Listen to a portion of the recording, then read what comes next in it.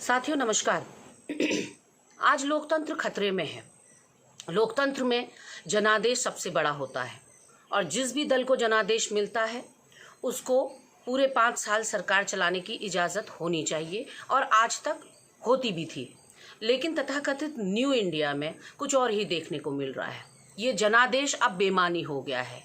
जनता का सिलसिलेवार अपमान हो रहा है, चाहे कर्नाटक में हो, चाहे मध्य प्रदेश में हो और अब चाहे राजस्थान में हो। आप देखिए कि मोदी राज में भाजपा लगातार सरकारों को अस्थिर करने का काम कर रही है और उसमें उनकी मदद कर रहे हैं राज्यपाल, जो कि एक टूल की तरह, एक एजेंट की तरह काम कर रहे हैं, केंद्र के इशारों पर काम कर रहे हैं। राज्यपाल कॉन्स्टिट्यूशनल हेड होता है किसी भी प्रदेश का, वो एक संरक्षक होता है संविधान का, गार्जियन होता है लोकतंत्र का, और अपने क्रियाकलापों से, अपने बिहेवियर से, अपने फैसलों से, अपने कोड ऑफ कंडक्ट से राज्यपाल को एक मिसाल कायम करनी होती है ताकि आगे आने वाली पीढ़ियां उनका अनुसरण कर सकें। लेकिन आज देखने में कुछ और ही आ रहा है। एक तरफ महाराष्ट्र के राज्यपाल हैं भगत सिंह कोश्यारी जी, वो सुबह तड़के शपथ करवा देते हैं।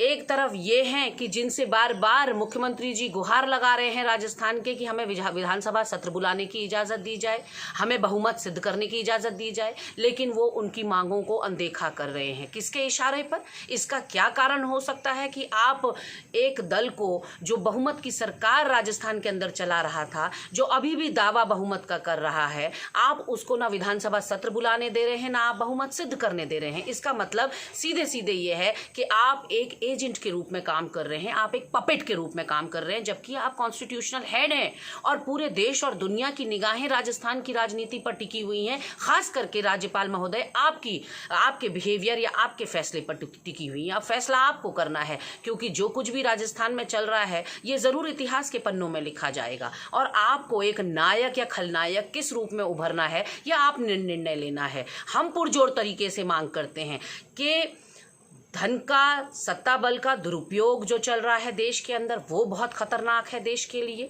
दूसरी तरफ जो विधानसभा सत्र नहीं बुलाया जा रहा है वो कोरोना काल के चलते राजस्थान की जनता के लिए बहुत खतरनाक सिद्ध होने वाला है, क्योंकि कई महत्वपूर्ण फैसले सरकारों को लेने होते हैं विधानसभा सत्र में, कैबिनेट की बैठकों में, जनता के हित की योजनाएं, घोषणाओं पर मंथन करना होता है, लेकिन वो करने की इजाज़त या बहुमत सिद्ध करने की इजाज़त नहीं दी जा रही है और एक तलवार राजस्थान सरकार के ऊपर लटक रही है।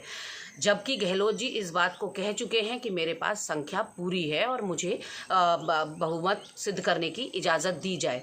साथियों, यहाँ पर यह देखने को मिल रहा है कि प्रदेशों में यदि एक विशेष दल की, यानी कि भाजपा की सरकार अगर प्रदेशों में नहीं बन रही है तो अपनी सरकार बनाने के लिए वो साम दाम दंड भेद किसी का भी इस्तेमाल कर रहे हैं और या तो विधायकों को खरीदने की कोशिश की जा रही है, जो बिकाऊ नहीं है जो लोग, उनको इनकम टैक्स, ईडी और सीबीआई का डर दिखा के, भय दिखाकर उनको अपने पाले में लेने की कोशिश की जा रही है। लगातार ये कोशिश, नापाक कोशिश भाजपा के द्वारा की जा रही है। मैं आपसे निवेदन करना चाहती हूँ कि लोकतंत्र को बचाना है, संविधान को बचाना है, इस देश की खूबसूरत परंपरा और संस्कृति को बचाना है, तो इन सब पर रोक लगाइए, आगे आइए, please speak up for democracy, क्योंकि ये एक बहुत खतरनाक सिनेरियो होने वाला है कि केंद्र पर भी एक ही दल का राज हो और सारे राज्यों में एक ही दल की सरकार हो। तो आप सोच सकते हैं कि आप आवाज़ उठाएंगे भी तो कहाँ उठाएंगे, किसके सामने उठाएंगे? वो आवाज़